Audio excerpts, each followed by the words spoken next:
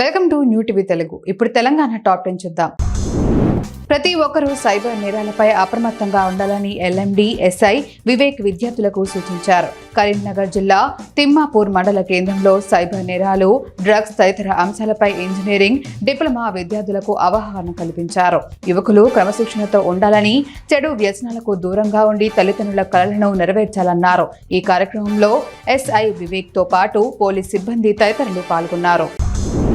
బెల్లంపల్లి పట్టణంలో వీరబ్రహ్మేంద్ర స్వామి ఆలయ నిర్మాణం కోసం 40 లక్షల నిధులు మంజూరు చేయిస్తున్నట్లు మంత్రి కొండా సురేఖ హామీ ఇచ్చినట్లు నాయకులు మల్లయ్య, రాము తెలిపారు. ఈ విషయాన్ని ఎమ్మెల్యే గడ్డం వినోద్ దృష్టికి తీసుకువెళ్లగా ఎమ్మెల్యే మంత్రి సురేఖతో ఫోన్లో మాట్లాడారు. ఆమె హామీ ఇచ్చినట్లు వెల్లడించారు. దీంతో విశ్వ బ్రాహ్మణ సంఘం హర్షం వ్యక్తం చేశారన్నారు. ములుగు జిల్లాకు చెందిన ఆదివాసీ గిరిజనులు హైదరాబాద్లో ఉప ముఖ్యమంత్రి బట్టి విక్రమార్కను కలిసి వినతి పత్రం అందజేశారు. నూతన ఇసుక పాలసీ విధానంతో ఏజెన్సీ గిరిజనులకు అన్యాయం జరుగుతుందని ఆవేదన వ్యక్తం చేశారు. గిరిజన సొసైటీల ద్వారానే ప్రభుత్వం ఇసుక రీచ్లు నిర్వహించాలని వినతి పత్రం అందజేశారు. దీనికి సానుకూలంగా స్పందించిన ఉప ముఖ్యమంత్రి బట్టి విక్రమార్క గిరిజనులకు న్యాయం జరిగేలా చూస్తానని హామీ ఇచ్చారు.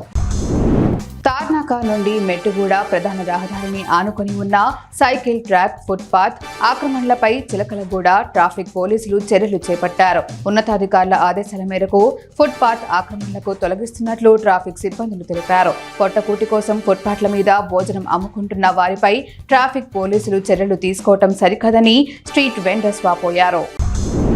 గ్రాడ్యుయేట్ ఉపాధ్యాయ ఎమ్మెల్సీ ఎన్నికల్లో వినియోగించే బ్యాలెట్ బాక్సులపై ఎన్నికల సిబ్బందికి అవగాహన కల్పించారు. ఈ నెల 27వ తేదీన ఉదయం పోలింగ్ ప్రారంభం సమయంలో బాక్సులను ఎలా వినియోగించాలి, పోలింగ్ ముగిసిన తర్వాత సీల్ ఎలా వేయాలో మాస్టర్ ట్రైనర్ కృష్ణకుమార్ వివరించారు. సిబ్బంది ప్రశ్నలకు మాస్టర్ ట్రైనర్ సమాధానాలు ఇచ్చారు.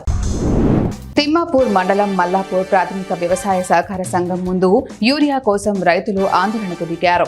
యూరియా లోడ్ వచ్చిన గంట సేపటికే యూరియా బస్తాలు అయిపోవడంతో రైతులు ఆవేదన వ్యక్తం చేశారు. పంట ఎదిగే దశలో వేయాల్సిన యూరియా అందుబాటులో లేకపోవడంతో సహకార సంఘం వద్ద రైతులు పడిగాపులు కాశారు. సకాలంలో యూరియా తెప్పించి ఉంటే ఈ సమస్య వచ్చి ఉండేది కాదని రైతులు వాపోయారు. ఎస్సీ వర్గీకరణలో మాదిగలు తీవ్ర నైరాస్యంలో ఉన్నారని, వర్గీకరణకు అడ్డుపడేది మందకృష్ణ మాదిగే అని తెలంగాణ మాదిక జేఏసీ వ్యవస్థాపక అధ్యక్షుడు పిడమర్తి రవి అన్నారు. ఖమ్మం ప్రెస్ క్లబ్ లో ఏర్పాటు చేసిన విలేకరుల సమావేశంలో ఆయన మాట్లాడుతూ ఎస్సీ వర్గీకరణ ఉద్యమానికి ప్రారంభించింది ఆయనే, నేడు అడ్డుపడేది మందకృష్ణ అని దుయ్యబట్టారు. ఈ సమావేశంలో మాదిక జేఏసీ రాష్ట్ర ఉపాధ్యక్షుడు మట్టే గురుమూర్తి అన్నారు.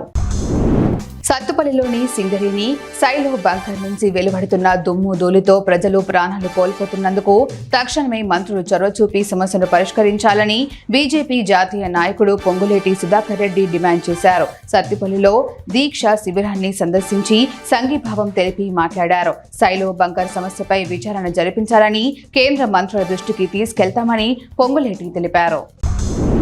పలువురు పోగొట్టుకున్న సెల్ ఫోన్లను సిఈఐఆర్ నూతన టెక్నాలజీ సాయంతో గుర్తించి పోగొట్టుకున్న బాధితులకు సిద్దిపేట పోలీస్ కమిషనర్ అనురాధ అందజేశారు. పలువురు తమ సెల్ ఫోన్లను పోగొట్టుకున్నారని పోలీసులకు ఫిర్యాదు చేయడంతో సిఈఐఆర్ టెక్నాలజీ సహాయంతో 105 సెల్ ఫోన్లను గుర్తించి బాధితులకు అందజేసినట్లు పోలీస్ అధికారులు తెలిపారు. సెల్ ఫోన్ రికవరీలో ప్రతిభ కనబరిచిన సిబ్బందిని ఈ సందర్భంగా పోలీస్ కమిషనర్ అభినందించారు.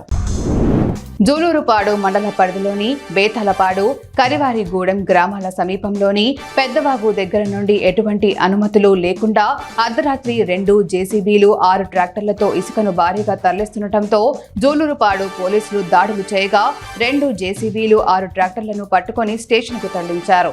ఇటీవల సీఎం రేవంత్ రెడ్డి అక్రమ ఇసుకపై కొరడా జులిపించాలని ఆదేశాలు ఇచ్చిన నేపథ్యంలో వాటిపై గట్టి నిఘా పెట్టారు.